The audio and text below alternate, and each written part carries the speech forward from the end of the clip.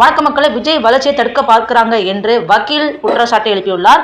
ஜனநாயகன் பட விவகாரத்தில் நடப்பது என்ன என்பதையும் கூறியுள்ளார். பாருங்கள்.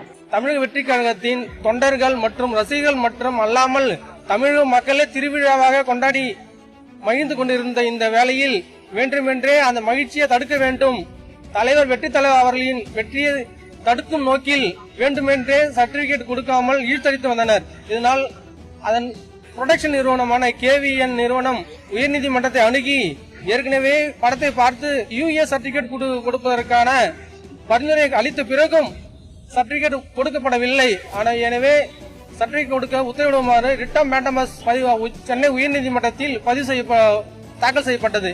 இந்த வழக்கு கடந்த 6ஆம் தேதி விசாரணைக்கு வந்தது. அதன் பின்பு 7ஆம் தேதி ஒத்திவைக்கப்பட்டது.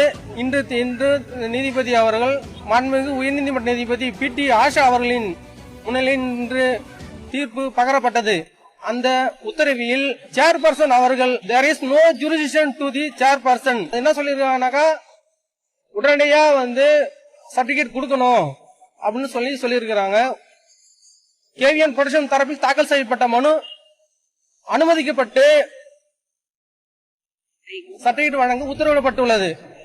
இது தமிழக மக்கள் மற்றும் ரசிகர்கள் அனைவரும் பெருந்திரளாக இன்று மகிழ்ச்சியாக கொண்டாடி வருகின்றனர். இந்த உத்தரவை